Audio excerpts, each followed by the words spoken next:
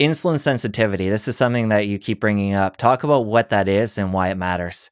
So insulin is this wonderful hormone that has largely gotten a really bad rap because of this metabolic health base and, seeing all these escalating rates of insulin resistance and type 2 diabetes and PCOS and all these other metabolic diseases.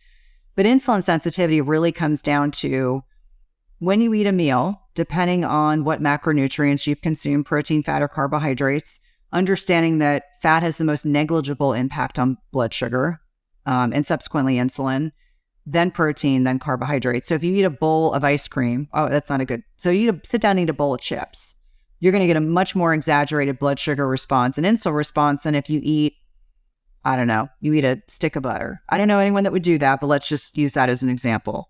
And then understanding that if we are in a state where we're eating like a standard American diet, where we're eating every 2 to 3 hours, we're having snacks, we're having mini meals, we're eating 6 to 10 times a day, that's 6 to 10 times a day that your blood sugar goes up in response to the meal or the snack. Your insulin levels go up in response to what you've eaten, and you're not really giving your body time to bring that blood sugar and insulin back down.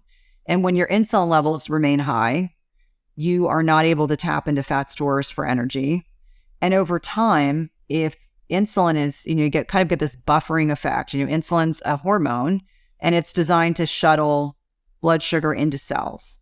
But if over time it's overwhelmed, overworked, your cells will actually get resistant to the lock and key mechanism that goes on with this hormone. So instead of shuttling instead of insulin doing its job to take blood sugar and put it in the cell, it just continues to circulate.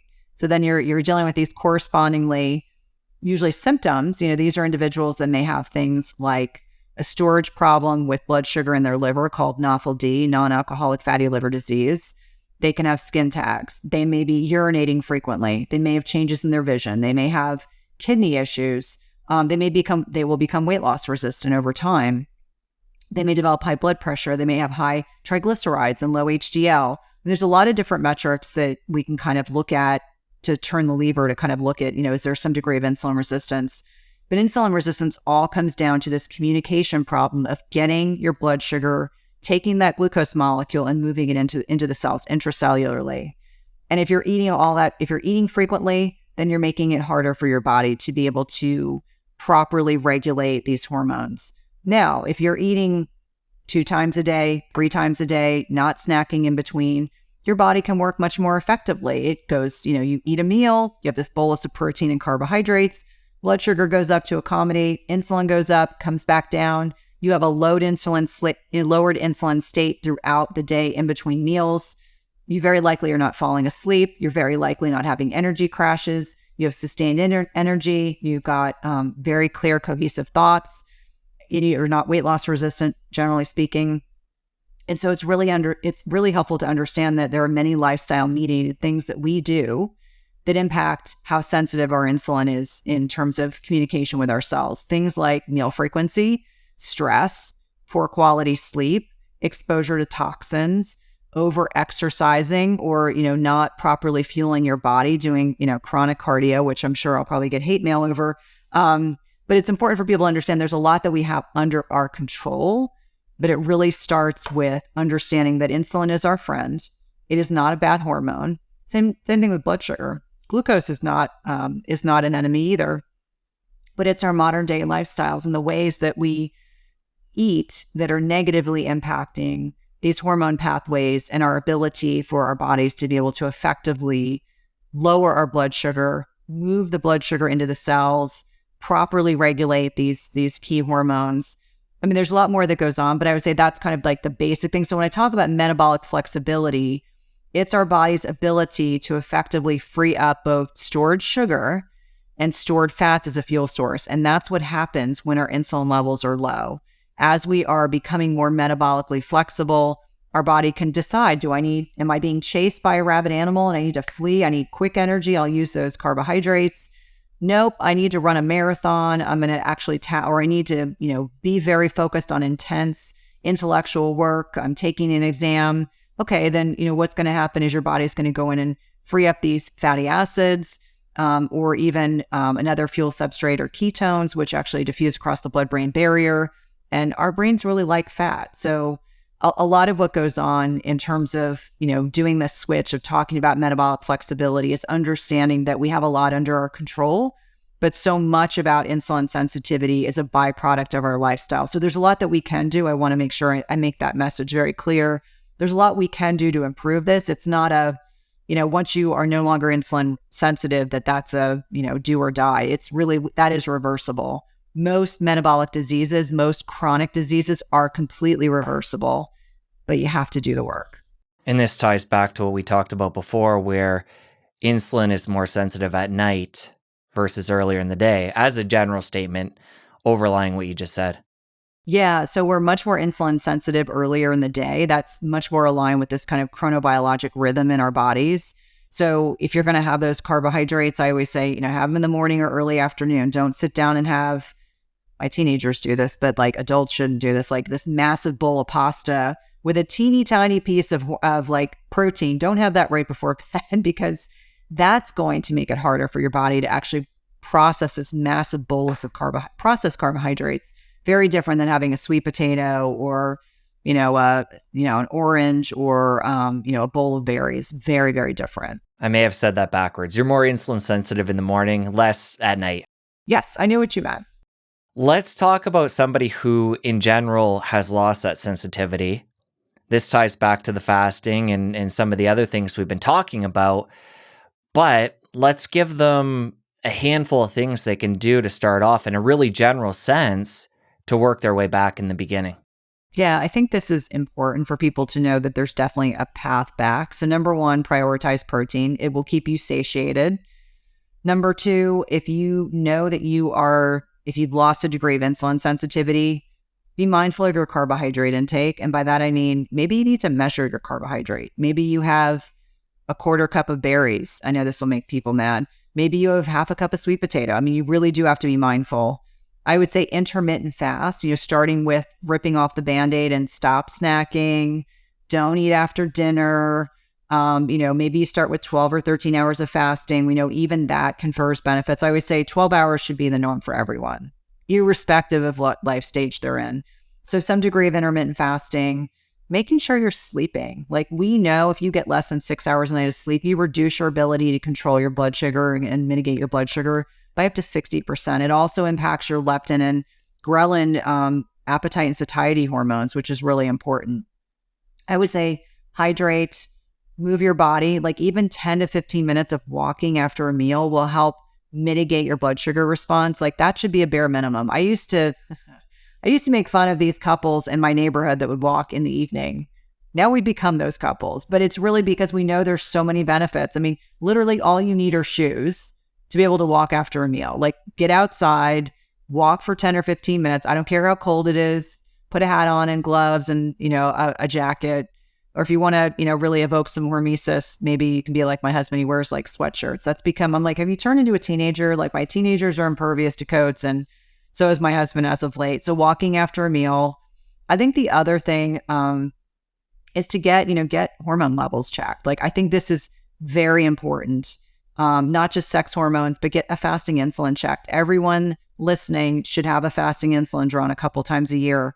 Gives you a real sense of where you need to be. And we know a fasting insulin will dysregulate way before your blood sugar, way before that A1C that everyone likes to perseverate over. Look at inflammatory markers.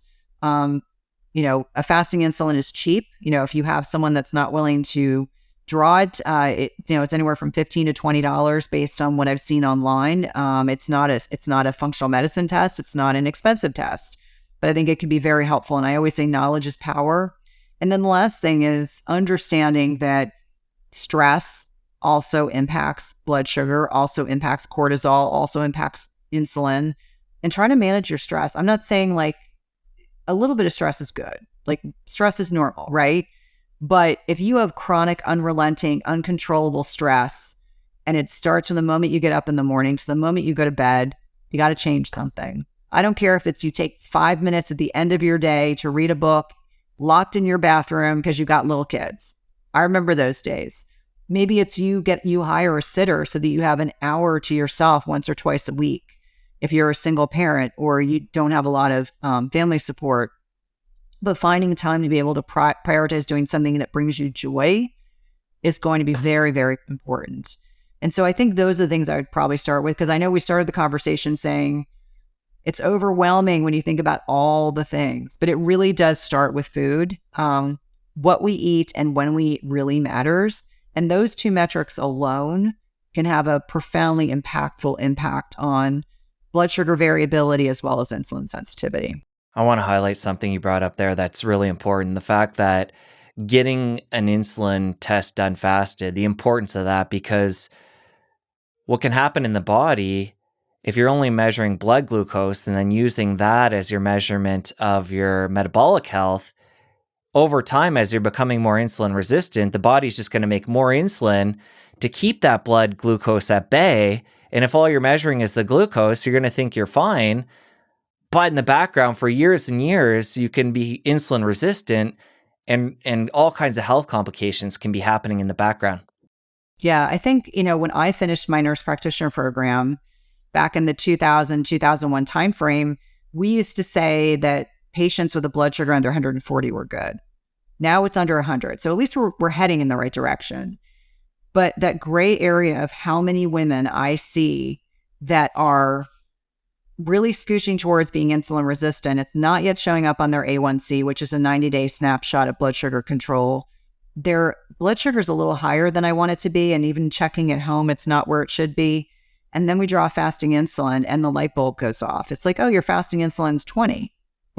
Well, now I know why you're not losing weight. Talk about fasting insulin's high. Guess what? You're not going to be able to tap into fat stores.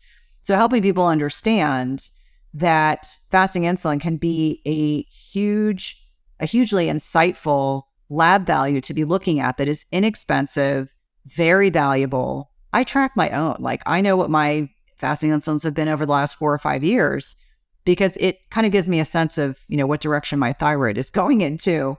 But I think it's helpful for people to know you can ask for these tests. This is a test that's covered by insurance. This may be helpful for helping you uncover what's really going on below the surface. And so I think that should be standard of care. Unfortunately, it's not. There's still a lot of providers that just do A1Cs. And I'm like, well, that's great. That doesn't tell me a lot. Oh, that looked good. Okay. Before we part ways, we'll end on this. And this ties back to something you talked about before, where putting on muscle is actually going to help us regulate glucose as well. So just coming full circle and tying that into this part of the conversation of ways to manage blood glucose. So think about your muscles as like a glucose reservoir. Every time you're building muscle, you are building opportunities for your body to be able to dispose of glucose. And so for all those people out there who are fearful, they don't want to look too muscular. Well, as an example, women just don't have enough circulating testosterone to ever look like a man. Like that's physiologically impossible unless you're taking exogenous steroids. And that's a whole separate conversation. But it's helpful for people to understand that the more muscle mass you have, the more muscle we have on our body, skeletal muscle, the more likely you are to be insulin sensitive. And that is incredibly impactful and important as we are getting older. If you take nothing else away from our conversation, muscle really is critically important for metabolic health. Think of it as a sponge for blood sugar. Think of it as sponge for your glucose. And that the more muscle we have, the less we have to worry about your insulin levels not being optimized. So something to really think about. And the other thing to kind of tie into that is, as we are getting older and as we're having all these sex hormone fluctuations that do occur with normal functions of aging, don't be fearful, if you've done all the other work, to consider hormone replacement therapy. Have a conversation with your GYN or your internist. Understand that the Women's Health Initiative that came out around 2002, which I was largely insulated with being in cardiology, but now understand a whole lot better. We have a whole generation of clinicians that are fearful to talk about prescribing hormones, when for many individuals, whether it's male or female, one of the things that they can benefit from in terms of insulin sensitivity, if they've done all the other work, like all of it, and they still need a little bit support, that having a bit of estradiol and progesterone and possibly testosterone on board can make a big difference. Big difference in all these lifestyle pieces that we've talked about today. If you enjoyed that clip, press here for the full episode. I'll see you over there. And so people don't like me to talk about this, but I'm going to, because I think it's so important to understand that if you are weight loss resistant, what you eat in